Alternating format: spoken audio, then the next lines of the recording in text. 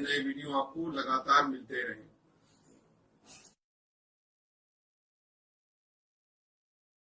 नमस्कार दोस्तों, धर्म रहस्य चैनल पर आपका एक बार फिर से स्वागत है। आज एक ऐसा अनुभव लेंगे जो कि एक सर्प के वशीकरण से संबंधित है। तो चलिए जानते हैं कि कैसा है यह अनुभव और पढ़ते हैं इनके पत्र को। नमस्कार गुरुजी, मेरा नाम संजय है। मैं बंजारा जाति से आता हूं।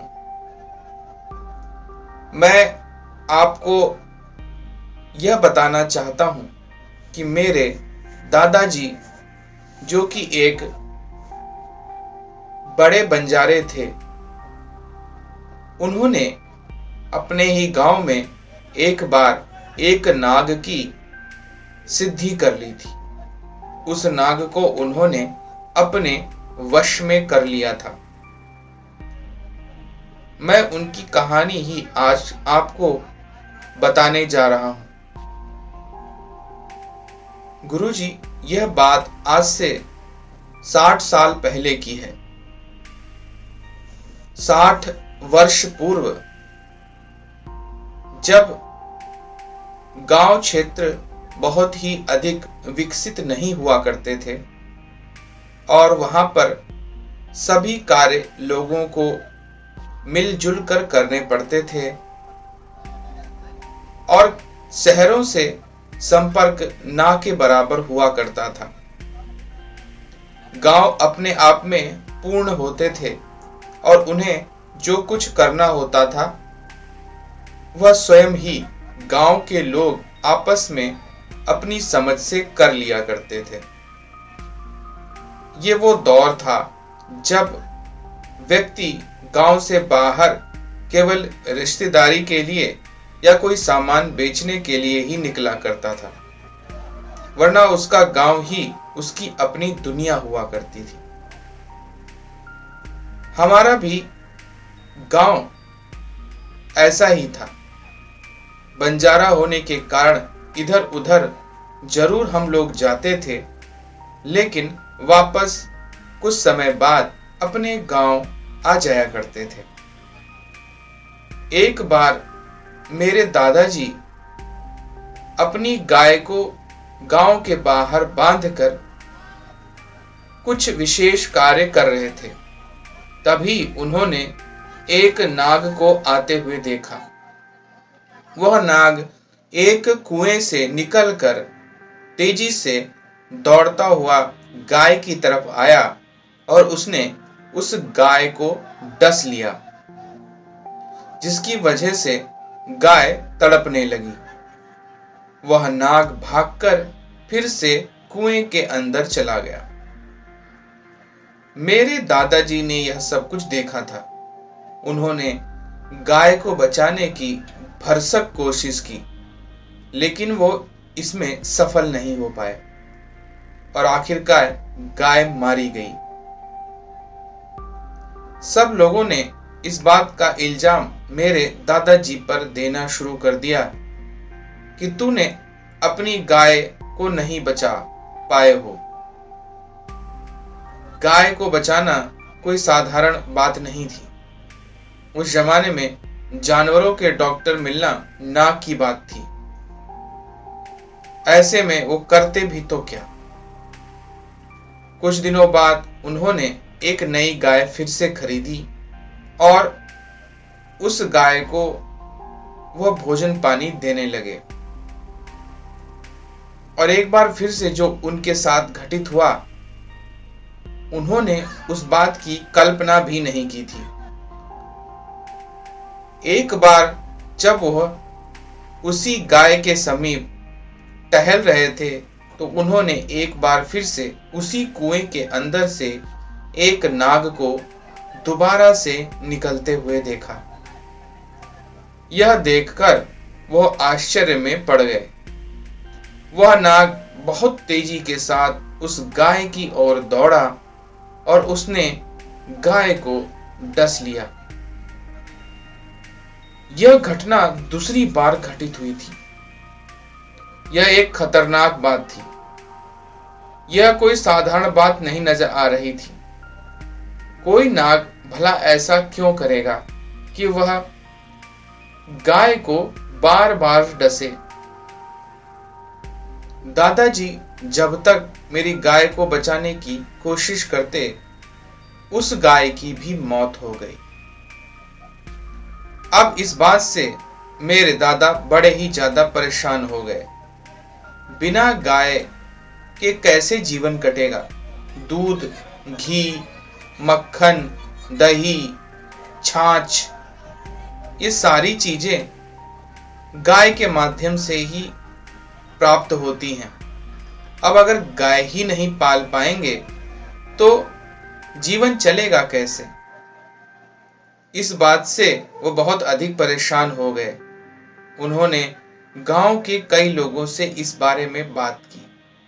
गांव वालों ने कहा कि जरूर वह सांप तुम्हारा पिछले जन्म का दुश्मन है। उसे रोकने के लिए किसी तांत्रिक को बुलाओ। पर तांत्रिकों वाले सारे प्रयोग असफल ही रहे, क्योंकि किसी भी तांत्रिक में इतनी क्षमता नहीं थी कि वह कुएं से उस नाग को निकाल पाए। कुएं में अंदर झांकने पर कुछ भी पता नहीं चलता था, क्योंकि कुआं काफी ज्यादा गहरा था। वह इस प्रकार का था कि उसे हटाया भी नहीं जा सकता था और उपयोग में भी नहीं लिया जाता था। किसी का घर वो उजाड़ना नहीं चाहते थे, क्योंकि वो जानते थे कि यह कोई नाग साधारण नाग नहीं है। क्योंकि अगर ऐसा होता तो वह दोबारा गाय को आकर नहीं काटता। इसके पीछे कोई बड़ा रहस्य है। इसी प्रकार उन्होंने तब तक गाय नहीं पाली जब तक उन्हें इस बात का हल नहीं मिल गया। एक बार वो किसी दूर के गांव में गए हुए थे। वहां पर एक साधु से उनकी मुलाकात हुई। साधु ने उनसे बातों ही बातों में पूछ लिया कि क्या तुम दूध वगैरह नहीं पीते हो। तब मेरे दादाजी ने उनके साथ घटित हुई सारी घटना के विषय में बता दिया कि किस प्रकार से उनके जीवन में यह समस्या आ गई है। यह सुनकर के उस साधु ने कहा कि जरूर वह नाग तुम्हारे पूर्व जन्म का शत्रु है, या फिर जिस स्थान पर आप गाय को बांधते हैं वह कोई पवित्र स्थान है जहां पर आपको गाय नहीं बांधनी चाहिए। पर मेरे दादाजी ने कहा, इन सब बातों का कोई फायदा नहीं। मुझे उस नाग को वश में करना होगा, तभी मैं गाय पाल सकता हूं। इस पर साधु ने हंसते हुए कहा, मैं तुम्हें नाग वशीकरण मंत्र दे सकता हूं। इसकी सिद्धि करके तुम निश्चित ही सफल हो जाओगे। लेकिन इस साधना में आपको डरना नहीं है। इस पर मेरे दादा ने कहा, ठीक है, मैं आपके कहे अनुसार यह साधना करूंगा और निश्चित रूप से सफलता भी प्राप्त करूंगा। इसकी विधि आप मुझे बता दीजिए। इसके बाद गुरुजी उन्होंने उन्हें वह मंत्र दिया, जिस मंत्र को मैंने उनकी डायरी में लिखा हुआ पाया था। वह मंत्र भी मैं आपको बता देता हूं। यह मंत्र था, ओम ला ला ला ला ला ला कुरु स्वाहा। इस प्रकार से इस मंत्र की उन्होंने सिद्धि की थी। उन्होंने उस स्थान पर जहां पर कुआं था बैठकर साधना करनी शुरू कर दी। साधना करते करते 21 दिन जब उन्हें हो गए तो वह नाग सामने आ गया। तब मेरे दादाजी ने घड़े की ओर इशारा करके सांप को उसमें जाने को कहा। वह नाग उस घड़े के अंदर चला गया। उन्होंने फिर उस घड़े को ऊपर से ढक्कन लगाकर बंद कर दिया। इसके बाद उन्होंने उस मटके को कान में लगाकर उससे बातचीत की। यह एक विशेष प्रकार की सिद्धि थी और वह नाग उन्हें बहुत सी गोपनीय बातें बताता रहा। आखिरकार उन्होंने उस बात को जाना कि गड़बड़ी कहां थी। जिस स्थान पर वह गाय को बांधते थे ठीक उसी के नीचे प्राचीन नागराज का मंदिर था। गाय वहीं पर गोबर और मूत्र कर देती थी, जिसकी वजह से नागराज को बड़ा ही क्रोध आता था, क्योंकि उनके स्थान पर कोई और नहीं रह सकता। इसी वजह से वह गाय से बहुत ही अधिक रुष्ट हो गए थे। उन्होंने इसीलिए गाय को जाकर डस लिया था।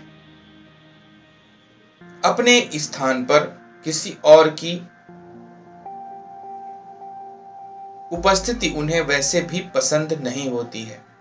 ऊपर से गाय के मूत्र के कारण जमीन के अंदर सांपों के बच्चे किसी वजह से फंसकर मर जाते थे। इसी के कारण से नाग में अत्यधिक क्रोध आ गया था और उसने बदला लेने की सोची।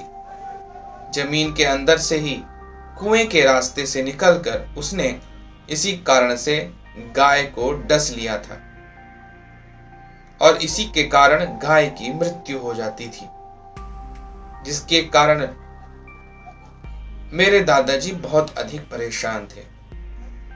बाद में इनकी सिद्धि की वजह से उन्होंने उस नाग के कारण एक जमीन में गड़े हुए चांदी के गगरे को भी प्राप्त किया था। चांदी से भरा हुआ वह गगरा यानी कि घड़ा उन्हें प्राप्त हुआ उस सर्प के कारण। उन्होंने उस सर्प को आजाद कर उसे आदेश देते हुए कहा था कि जहां पर भी धन गड़ा हो उसी स्थान पर तुम प्रवेश कर जाना। और इस प्रकार से उस नाग ने उन्हें उस छुपे खजाने का रहस्य बता दिया था।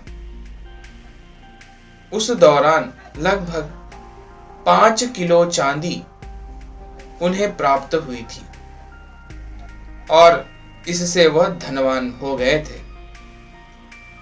तो गुरुजी, मैंने आपको मेरे दादा के जीवन में घटित हुई सत्य घटना के विषय में बताया है। आप इसे अवश्य ही प्रकाशित करें और सभी लोगों को नाग को वश में करने का मंत्र भी बता दें। नमस्कार गुरुजी। देखिए, यहां पर इन्होंने इनके दादा के जीवन में घटित हुए नाग वशीकरण मंत्र साधना विधि के बारे में बताया है।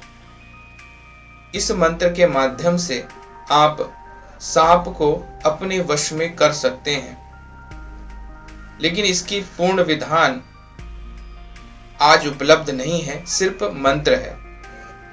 इस मंत्र को पढ़ने से भी सर्प वशीकृत हो जाते हैं और बाकी नियमावली सर्प साधना या नाग साधनाओं के जैसी ही करनी चाहिए।